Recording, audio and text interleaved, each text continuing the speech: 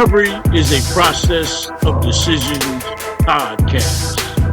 This podcast is a weekly revealing of the recovery journey of peer support specialist Trent Thomas.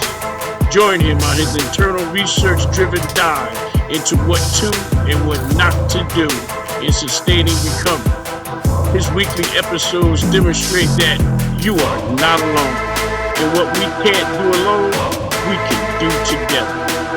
This life is hills and valleys, but we were built for struggle. These weekly episodes are a journey into his life lessons as he fulfills his daily mandate to help someone other than himself. Welcome. The Recovery is a Process of Decisions podcast.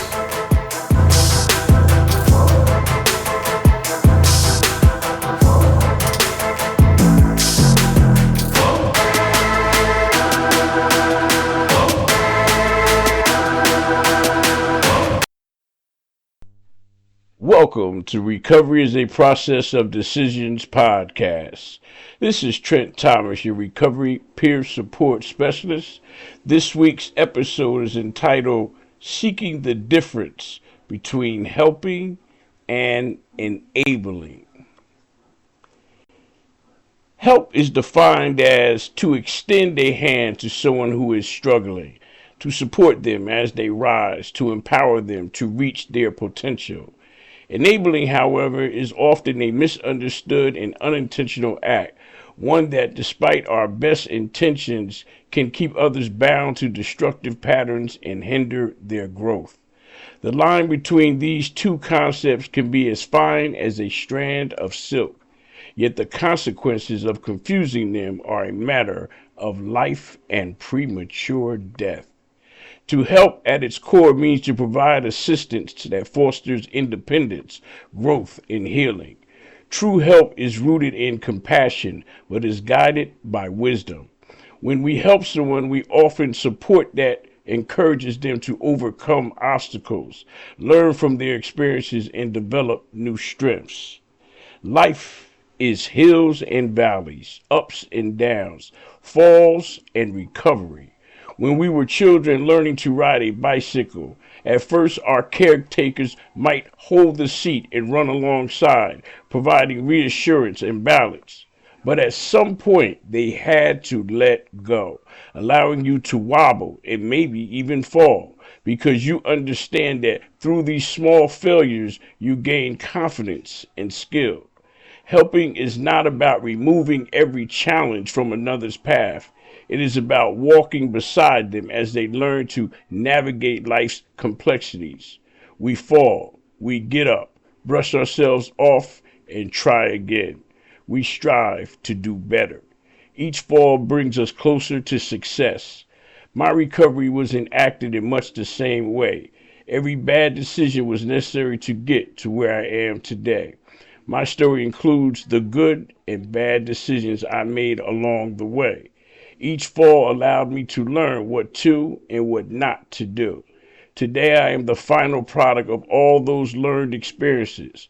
My life story includes all the learned lessons from my own experiences as well as those I acquired through hearing and witnessing the life experiences of others I came into communication with. From others we do not know, we can learn what to and what not to do. This is the beauty of AA meetings. Others' truth expressed through their stories can teach us what to and what not to do on the pathway of recovery. All these lessons are absolutely vital in our daily struggle to do better. Enabling, in contrast, often arises from the same place: love, concern, and a desire to alleviate suffering. However, enabling is when our actions, rather than supporting someone's growth, inadvertently shield them from the consequences of their choices or actions. For me, enabling came in the form of others providing excuses and providing money for me. Even under the guise of seeming to work for it, the end result was the same: an easy, ready form of a cash infusion to perpetrate my consuming, addictive lifestyle. Many in my life believed they were protecting me, But in reality, they only created a safety net that allowed my destructive pattern to continue unchecked. Enabling is not a gesture of support, it is a barrier to change. It prevents individuals from experiencing the natural consequences necessary for growth, and in doing so, often prolong pain for everyone involved. Pain causes change. The greater the pain, the greater the reaction of change. The more adverse the condition causing pain, the greater steps taken to invoke the needed change to alleviate the cause of the pain. Often our family and friends dislike their own discomfort with witnessing the suffering of those they love. They want to protect, to shield, to nurture, yet most often their nurturing can become smothering and become a crutch. It is true that it is hard to watch someone fall, especially when the fall seems preventable. It is painful to witness struggle, hardship, or even self-destruction in people we care about. Our instincts tell us to intervene, to fix, to save. This instinct, while noble, can cloud our judgment. The question becomes, how do we know whether our actions are truly helping or quietly enabling? From my own experience, I now know that helping empowers, enabling disables. Help gives others the tools and confidence to solve their own problems. Enabling, however, takes away their agency and responsibility, leaving them less equipped to handle life's challenges. I also have come to realize that helping is temporary, enabling is ongoing. Help is often short-term and aimed at overcoming a specific hurdle, while enabling becomes a pattern that stretches on, sometimes for years. Enabling perpetuated a cycle of dependency.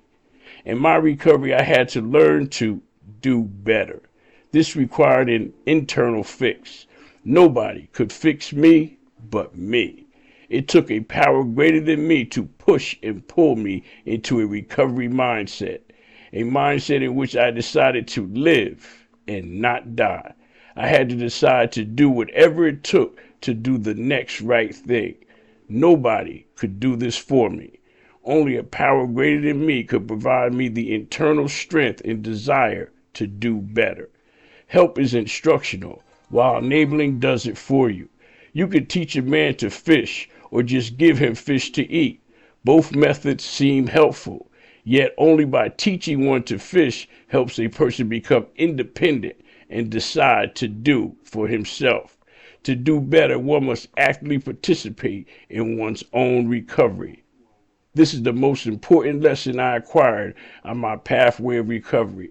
I had to be taught how to live a sober life on my own, how to use the resources God provided for me to learn so that I could do better.